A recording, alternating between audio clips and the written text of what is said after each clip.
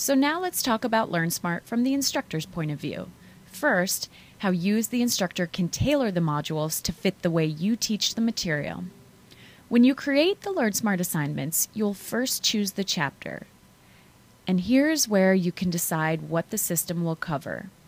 You'll be able to include or exclude the various topics of the chapter, and then increase or decrease the depth of coverage. You can see as I use this slide bar that both the average time per student and the learning items covered will increase or decrease.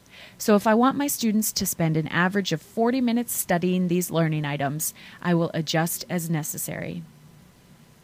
So now we've set up the module. After the students begin their assignment, you'll be able to run various reports to track their progress. You'll find these reports in the Reports tab. At any time, you can run a simple progress overview, which will give you a report on each individual student with details such as how long they've spent on each module and their percentage of mastery on a chapter. You can also see which learning objectives your classes are struggling with, which may give you ideas of the topics you may need to cover again in class before the exams. One of the most interesting reports you can run is the Metacognitive Skills Report. Here we're looking at a sample class. Keep in mind that yours will, of course, have many more students than this.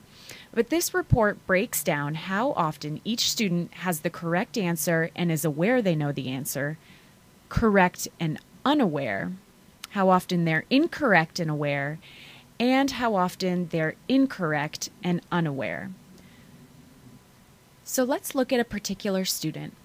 Here we can see that 62% of the time Jay is getting the answer incorrect, but he doesn't actually realize that he doesn't know the answer. The problem with this is that when Jay goes to take his exam, he will likely think he is ready and then be very surprised when he doesn't do as well as he would have liked. So you as the instructor could reach out to Jay before the exam to say, hey, let's make sure that you're studying in the right way, asking the right questions, and really understanding this material. In this way, you can remediate before he gets that bad grade. And looking at our other student, Julie, we see that 72% of the time she's answering the questions correctly and is aware of that.